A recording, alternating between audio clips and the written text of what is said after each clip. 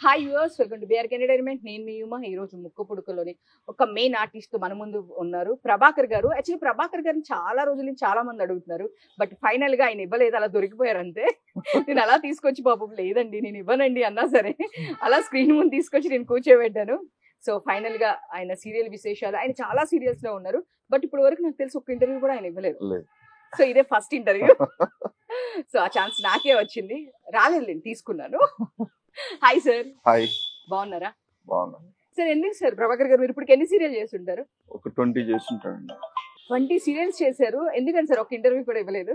నాకు ఇంటర్వ్యూ అంటేనే అదొక ఇబ్బందిగా ఉంటుంది, ఎందుకు మాట్లాడలేకపోతారు. ఎందుకు సార్, మీరు ఆన్ స్క్రీన్ అంత బాగా చేస్తారు, కామెడీ చేస్తారు, సీరియస్ క్యారెక్టర్ చేస్తారు.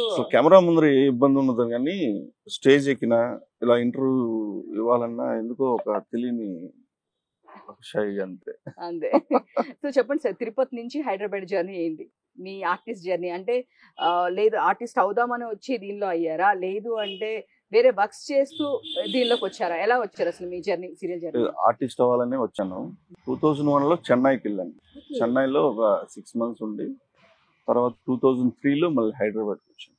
ఇంకా అప్పటి నుంచి ఇంకా ఏదో వచ్చి ఇందిరానగర్లో దిగిన తర్వాత కొంచెం కొంచెం ఎలా అనేది కూడా తెలియదు మనకి, అసలు ఏం తెలియదు, జీరో నాలెడ్జ్.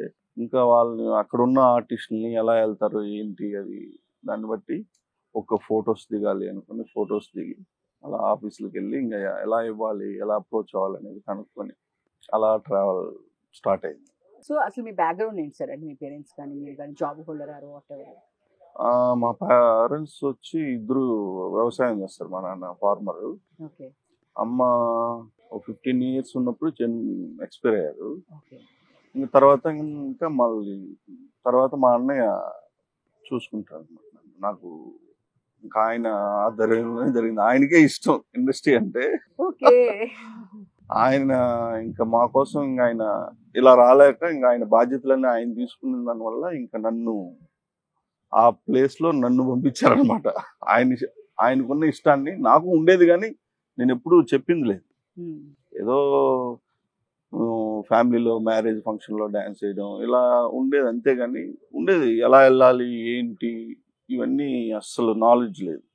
ఇలా ఒక హైదరాబాద్ వెళ్ళాలి, ఎలా ట్రై చేయాలి, మనం ట్రై చేయగలం అనే కాన్ఫిడెన్స్ కూడా లేదు అసలు.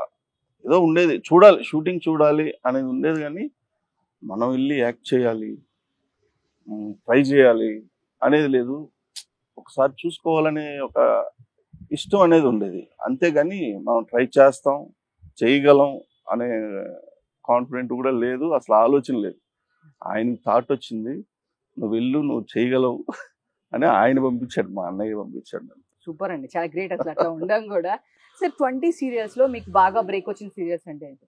ఫస్ట్ నాకు బాగా బ్రేక్ వచ్చింది జీ తెలుగులో రామాసీత. తర్వాత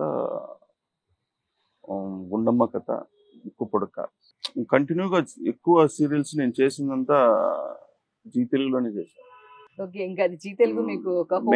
మెయిన్ గా బ్రేక్ ఇచ్చింది రామాసీత, తర్వాత వచ్చి సూర్యకాంతం, తర్వాత ఈ 2 ప్రాజెక్టులు సీతారాముడు కట్నం, ముక్కు పుడక. అన్ని మినిమం 1000 episodes ఉన్న సీరియల్సే చేశాను జీ తెలుగులో. జీ తెలుగులోనే ఎక్కువ కాలం నాకు జీ తెలుగే చేశాను. అంటే సీరియల్స్ అయినా సార్, సినిమాలు కూడా ట్రై చేస్తున్నారా? స్టార్టింగ్ చేశాను, నాకు సినిమాలు కూడా 15-16 సినిమాలు చేశాను. ఓకే. నా ఫస్ట్ సినిమా వచ్చి రిలీజ్ అయింది గౌరీ, కమిట్ అయింది సాంబా. ఓ సూపర్. ఓకే. గౌరీలో అట్లా చాలా మూవీస్ చేశాను, చిన్న మూవీస్, పెద్దవి, అలా ఎలా చేస్తూ వచ్చాను. మంచి క్యారెక్టర్స్ కూడా చేశాను, కానీ అవి హిట్ అవ్వలేదు అంతే. ఇంకా అలా అనుకోకుండా అప్పుడు సీరియల్స్కి రావడం జరిగింది, ఇంకా అట్లా కంటిన్యూ అయిపోయింది. సో ఇప్పుడు మీకు సీరియల్స్ నచ్చినాయా సార్, లేదంటే సినిమా నచ్చిందా? సీరియల్స్ 100% నచ్చుతుందండి. ఎప్పుడు అది సీరియల్స్ జనాల్లోనే ఉంటుంది కాబట్టి, ఎవ్రీడే చూస్తూ ఉంటారు కాబట్టి మనకి ఎక్కడికైనా వెళ్ళినా, ఒక టెంపుల్కి వెళ్ళినా, ఇంటికి వెళ్ళినా బాగా ఐడెంటిఫై చేస్తుంటారు, ఒక ఇది ఉంటుంది. కానీ సినిమా అనేది చేయాలనేది ఒక ఇదనేది ఉంటుంది ప్రతి ఆర్టిస్ట్ కి. సినిమాలో అయితే కానీ కాంపిటీషన్ లో ఏదో కరెక్ట్ గా గైడెన్స్ లేకనో ఏదో ఒక రూపంలో ఇలా వచ్చేసిన తర్వాత ఇంకా మళ్ళీ మ్యారేజ్ చేసుకోవడం, పిల్లలు, దీంతో అటు వెళ్ళలేకపోవడం ఇలా జరుగుతూ ఉంటది. కానీ ఫైనల్ గా సినిమా చేయాలనే కోరిక మాత్రం ఉంటుంది ఉంది. ప్రతి artist కి. ఆల్రెడీ చేసి వచ్చారు కాబట్టి మీకు ఇంకా ఇది చాలా బాగుంది. ఈ సీరియల్ లో మీది పెద్దరాజు అనే క్యారెక్టర్. సో హ్యాపీగా అందుకే రింగ్స్, చైన్స్ ఇవన్నీ ఇప్పుడే అనుకుంటున్నాం మా వాళ్ళతో వెళ్తా సార్ ఒక్కొక్కటి షేర్ చేసుకొని వెళ్దాము అని చెప్పి. వెళ్ళేటప్పుడు ఒక్కొక్కరికి ఇచ్చేస్తే ఖచ్చితంగా ఏం కావాలో కోరుకోండి. ఆ తర్వాత మీ సెట్ వాళ్ళు నా దగ్గరకు వస్తారండి. అది నాకు సంబంధం లేదు. అదిగో చూసారా, అది మీకు సంబంధం లేదు. నెక్స్ట్ సెట్ వాళ్ళు మేడం సెట్ రెంట్ అయిపోయింది మేడం, సీరియల్ రెంట్ అయిపోయింది మేడం, ఇంకా ఇచ్చేస్తే తీసుకొని వెళ్ళిపోతాం అంటారు మీ సెట్ వాళ్ళు మాతో. సో మీరు ఇప్పుడు అంటే ఇక్కడ కొన్ని సీరియల్స్ రికగ్నైజ్ అయ్యే వరకు ఓకే సార్, బట్ ఇక్కడ చూస్తే కనుక చాలా క్యారెక్టర్స్ ఆఫ్ కన్నడ వాళ్ళకి ఎక్కువ ఆపర్చునిటీస్ ఉన్నాయి, మిగతా వాళ్ళకి చాలా తక్కువ ఉన్నాయి అనేది. మన వాళ్ళు ఏదో చిన్న క్యారెక్టర్స్ చేస్తున్నారు అనే ఇది ఉంది. బేసిక్గా నేను అందరిని అడుగుతూ ఉంటాను ఈ క్వశ్చన్, మిమ్మల్ని కూడా అడిగాను. సో మీ పాయింట్ ఆఫ్ వ్యూలో మీరేం చెప్తారు?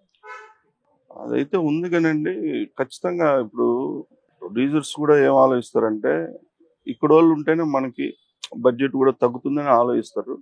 కానీ హీరోయిన్స్ వరకు అయితే కొంచెం దొరకడం కష్టంగానే ఉందండి. ఎందుకంటే నాకు తెలిసిన ప్రొడ్యూసర్స్ వాళ్ళతో ఉంటాను నేను అప్పుడప్పుడు, చాలా వరకు ట్రై చేస్తారు, దొరకనప్పుడు ఇంకా ఆల్టర్నేటివ్ వెళ్తారు. ఇక్కడ ట్రై చేసే హీరోయిన్స్, కొంతమంది హీరోస్ కావచ్చు. ఉంది ప్రాబ్లం, మరీ క్యారెక్టర్ ఆర్టిస్టులు కానీ నుంచి అందరినీ తీసుకొస్తేనే ప్రాబ్లం కదా. అదే ఇప్పుడు వాళ్ళకు కూడా ఇక్కడ వాళ్ళు కాకుండా అక్కడ వాళ్ళే వచ్చేస్తారని ఒక ఇది వినిపిస్తుంది. అవును, చిన్న క్యారెక్టర్స్ కూడా సరే మెయిన్ లీడ్స్ అన్నా ఓకే, బట్ ఆ క్యారెక్టర్స్ కూడా అక్కడి నుంచి వస్తున్నారు. సో మన వాళ్ళేమో వెబ్ సిరీస్ ఇంకోటి ఆల్టర్నేటివ్ చూసుకొని వెళ్ళిపోతున్నారు. సో అట్లా ఉండేవాళ్ళు ఇదివరకు ఒక పెద్ద ఆర్టిస్టులు ఒక మినిమం ఒక 2-3 సీరియల్స్ వాళ్ళకు ఉండేవి. అవును, వాళ్ళు ఇప్పటి నుంచి కాదు, చెన్నైలో ఇండస్ట్రీ నుంచి ఉన్న వాళ్ళు. అవును. సో పెద్ద ఆర్టిస్టులు వాళ్ళని ఇప్పుడు మేము ఎక్కువగా యూట్యూబ్ లోనే చూస్తున్నాం సీరియల్స్ కన్నా. సో అంత పెద్ద ఆర్టిస్టులు కూడా వాళ్ళు తీసుకోపోవడానికి రీజన్ అంటే ఇప్పుడు వేరే వాళ్ళని తీసుకొని వస్తున్నారు. అది ఇంకా మనకి తెలియదండి, నేను అంత దూరం వెళ్ళను. నేను ఏదో వర్క్ చూసుకున్నావా వెళ్ళావా ఉన్నాడు. మీ ఫ్యామిలీ మెంబర్స్ అందరు ఎట్లుంటారు? మిమ్మల్ని సీరియల్లో చూస్తూ ఉంటారు కదా, సో ఎట్లా ఏమన్నా చెప్తూ ఉంటారా అది చూసాం ఇది చూసామని? మీ ఫ్యామిలీ సైడ్ సపోర్ట్ ఎట్లా? ఖచ్చితంగా నా ఫ్యామిలీ నుంచి బాగా సపోర్ట్ ఉంటుందండి. మా ఫ్యామిలీలో ఎవరు లేరు ఇట్లా ఇండస్ట్రీకి వచ్చి ఒక యాక్టర్ గా చేయడం అనేది ఎవరు లేరు. ఫస్ట్ నేనే వచ్చాను. లక్కీగా ఏదో నాకంటూ ఒక ప్లేస్, ఒక చిన్న ప్లేస్ అలా రన్ అవుతుంది. ఖచ్చితంగా ప్రౌడ్ గా ఫీల్ అవుతారు వెళ్ళినప్పుడు. బాగా అంటే ఈ ఫీల్డ్ లోకి వెళ్ళాలనే ఆలోచన కూడా మా ఫ్యామిలీలో లేదు. ఇది ఎలా వెళ్ళాడు ఏదో ఒకటి చేస్తున్నాడు కనిపిస్తున్నాడు అనే ఒక హ్యాపీ ఫీలింగ్ తో బాగా ఎంకరేజ్ చేస్తారు. సూపర్, అట్లా చేయడం కూడా గ్రేట్ థింగే కదా. సో మీరు మామూలుగా ట్రై చేస్తుంటారా సిరీస్ కి వాటికి కూడా? అంటే ఇప్పుడు సిరీస్ కూడా ఆపర్చునిటీస్ ఉన్నాయి ఈక్వల్ గా. ఇప్పుడు టెలివిజన్ ఎంత ఉంటుందో ఇప్పుడు సిరీస్ కూడా అలానే నడుస్తూ ఉన్నాయి, అండ్ అది యూట్యూబ్ అయినా మన ఓటీటీస్ అయినా. సో ఇలాంటి వాటికి కూడా ట్రై చేస్తే ఏమన్నా ఉంటారా? ట్రై చేస్తూనే ఉంటామండి, కానీ ఏమవుతుందంటే ఒకసారి అవకాశం వచ్చినా కూడా చేయలేము. ఎందుకంటే సీరియల్స్ లో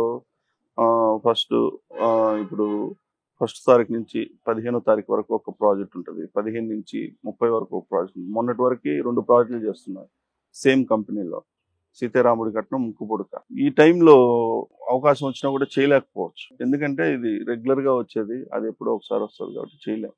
ఒక్కోసారి కుదరకపోవచ్చు, కుదిరితే చేయాలనే ఉంటుంది. అంటే చాలా మంది ఆర్టిస్టులు కూడా అదే చెప్తుంటారు. ఇప్పుడు కూడా ఇంతకు ముందు నేను చేసిన ఆర్టిస్టులతో కూడా అదే చెప్తున్నారు, ఏంటంటే డేట్స్ అడ్జస్ట్ చేయడానికి కుదరట్లేదు, అది ఎప్పుడో ఒకసారి ఉంటుంది, దానికన్నా ఇదే బెటర్ అనిపించేస్తుంది. ఇంకా కంఫర్ట్ జోన్ ఎవ్రీ మంత్ ఒక లైక్ సాఫ్ట్వేర్ జాబ్ లో ఉంది మాకు, అంతే వచ్చామా చేసుకున్నామా వెళ్ళిపోతున్నామా. ఇప్పుడు ఇది ఉంది 3 years, ఆల్మోస్ట్ 3 years పైన అవుతుంది ప్రాజెక్ట్, అలా రన్ అవుతా ఉంటుంది. అలా 3 years అంటే నాట్ ఈజీ సార్. అంటే 900 episodes ప్లస్ అని చెప్పేసి నేను విన్నాను, అంటే మ్యాక్స్ ఆఫ్ 3 years అనుకుంటా. సో ఏం సార్ మీ దానిలో ముక్కుపుడికి ఎవరికి ఇస్తారు? ఫైనల్ గా ఎవరికి ఇస్తారు తెలీదు సార్. కొన్ని సాడ్ ఎండింగ్స్ ఇస్తారు, కొన్ని ఏమో ఈ ఎండింగ్స్ ఇస్తారు. ఫైనల్ గా హీరో హీరోయిన్స్ కూడా ఇచ్చే ఎండింగ్స్ కూడా లేవు కదా ఈ మధ్యలో. ఫైనల్ గా నేను కూడా పోరాడేది అదే, ఎవరికైతే ఇవ్వాలో వాళ్ళకి ఇవ్వాలని పోరాడుతున్నాను.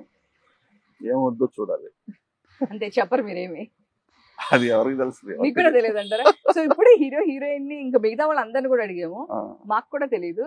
మేబీ ఈ 1000 ఎపిసోడ్స్ లోపల చెప్తామేమో అంటున్నారు. బహుశా చెప్పొచ్చు. అంతే అంటారు. So personally happy. ఇంకేమైనా మంచి ఆపర్చునిటీస్ వస్తే చేయాలనుకుంటున్నారు. సో టీం అంతా నాకు ఈ చెప్పారంటే ఫ్యామిలీ లా ఉంది నాకు ఇది అన్నారు. మీరు చెప్పాలి మీ టీం గురించి. ఖచ్చితంగా అండి. అంటే కొన్ని ప్రాజెక్టులు అలా ఆర్టిస్టులు అందరూ అలా ఒక ఫ్యామిలీ లాగా ఉండడం జరుగుతుంది. ఈ ప్రాజెక్టులో అయితే అసలు ఇంకా ఏ ఒక్కరు కూడా వేరే విధంగా కానీ అంతా ఫ్రెండ్లీగా ఉంటారు, చాలా క్లోజ్గా ఉంటారు, ఒక ఫ్యామిలీ మెంబర్స్ లాగానే చూసుకుంటారు. మేము వాళ్ళ ఇంటికి వెళ్ళినా వాళ్ళు మా ఇంటికి వచ్చినా సరదాగా మంత్లీ క్రికెట్ ఆడడం అలా రెగ్యులర్గా కలుస్తుంటాం బయట కూడా. నేను ఈ 22 yearsలో ఎక్కడ ఏ ప్రాజెక్ట్లోనూ ఇలా చూడలేదు. ఈ ప్రాజెక్ట్లో అలా కుదిరింది. అందరం కూడా సరదాగా ఉంటాం, ఇక్కడే కలిసి భోజనం చేయడం కానీ షెడ్యూల్లో ఒక రోజైనా సరే అలా అనుకొని అలా జాలీగా సరదాగా ఉంటాము. ఎవరిదైనా బర్త్డే రావచ్చు. నిన్న నా బర్త్డే అందరూ వచ్చి సెలబ్రేట్ చేశారు. నేను షూటింగ్ లేకపోయినా పిలిచి లొకేషన్లో షూటింగ్ రాని వాళ్ళు ఇంటికి వచ్చారు. అంటే మేము ఏంటంటే ఒక ఫ్యామిలీలో కన్నా ఇక్కడ ఎక్కువ ఉంటాం కాబట్టి ఇంకా ఎక్కువ bonding. So belated happy birthday. So thank you. So నేను వచ్చుంటే మేము పార్టీకి వెళ్ళే వాళ్ళం, బట్ మిస్ అయ్యాము. ఖచ్చితంగా. సో ప్రభాకర్ గారి పార్టీ మిస్ అయ్యాము. పుష్ప లాగా పార్టీ ఏది పుష్ప అని మళ్ళీ ఇంకొకసారి నెక్స్ట్ బర్త్డేకైనా వస్తాము. Super. Thank you sir. So super bonding. అంటే నాకు మీరే కాదు అంటే వెరీ పాజిటివ్ వైబ్స్. అంటే మేము కూడా చాలా సెట్స్కి వెళ్తుంటాము, విజిట్ చేస్తుంటాము, వీడియోస్ ఇంటర్వ్యూస్ చేస్తుంటాము. బట్ ఈ సెట్ లో వెరీ పాజిటివ్ వైబ్. ఎవరినైనా సరే ఎవరిని మాట్లాడినా ఇట్స్ అ వెరీ ఫ్రెండ్లీ అండి. అంటే బేసిక్ గా ఒకళ్ళు అయిపోయిన తర్వాత ఇంకొకళ్ళ గురించి చెప్పరు, బట్ వాళ్ళు ఇంకా పాజిటివ్ అండి. వాళ్ళు ఇంకా ఫన్ గా ఉంటుంది. తను చేయండి, ఇలా చేయండి, అలా చేయండి అని చెప్పేసి ఇన్పుట్స్ ఇస్తా ఉన్నారు మాకు. So thank you so much అండి. సో మీరు చాలా ఇబ్బంది పెడుతున్నారు. నేను ఇంతకు మించి మిమ్మల్ని ఇబ్బంది పెట్టదలుచుకోలేదు. సో మీ సీన్ కోసం మళ్ళీ ఇప్పుడు పైనుంచి మమ్మల్ని పిలుస్తారు. ఎస్, అందుకే ఆల్రెడీ ఇప్పుడు ఒకళ్ళు వెళ్ళిపోయారు. సో వాళ్ళు పిలవక ముందే మేము మిమ్మల్ని అలా హ్యాపీగా మర్యాదగా పంపించేస్తాము. Thank you so much. ఇది మన ప్రభాకర్ గారు చాలా సీరియల్స్ చేసినా కానీ చాలా ఆయన షై అన్న కూడా లాక్కొచ్చాము. సో మా ప్రేక్షకులకి మీ ముక్కుపుడక సీరియల్ గురించి ఏం చెప్తారు? ఖచ్చితంగా అండి. ఇప్పటి వరకు 900 చిల్లర ఎపిసోడ్లు అయ్యాయి. ఇక మీదట కూడా ఇంకా బాగా మిమ్మల్ని ఎంటర్టైన్ చేసి మీకు ఒక సంతోషాన్ని కలిగిస్తాం. ఖచ్చితంగా మా సీరియల్ని చూసి మమ్మల్ని ఆశీర్వదించాల్సిందిగా కోరుకుంటున్నాను. Thank you.